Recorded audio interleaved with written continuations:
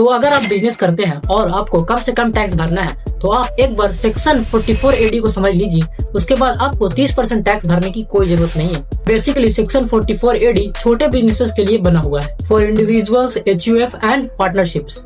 अब अगर आप कोई शॉप ओनर है या कोई छोटे मोटे बिजनेस करते हैं या आप कोई कॉन्ट्रैक्टर है या कोई नॉन प्रोफेशनल सर्विस प्रोवाइड करते हैं तो आप सेक्शन 44AD के अंडर 3 करोड़ तक का टर्नओवर दिखा सकते हो और आपको सिर्फ इनकम टैक्स डिपार्टमेंट को ये शो करना है कि आपके टर्नओवर पर आपका सिर्फ 6% प्रिजम्पटिव इनकम है। इसका मतलब ये है कि आप गवर्नमेंट को और इनकम टैक्स ऑफिसर को ये बताते हो कि भले ही मेरा टर्नओवर 1 करोड़ का है बट उसमें से मैंने सिर्फ 6% अर्न किया है, तो गवर्नमेंट इसे इजीली अप्रूव कर देगी।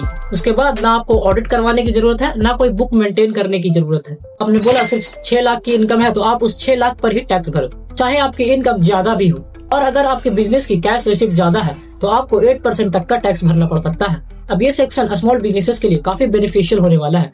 ना आपको कोई बुक मेंटेन करना है, ना ऑडिट करवाना है, टैक्स लायबिलिटी भी कम है।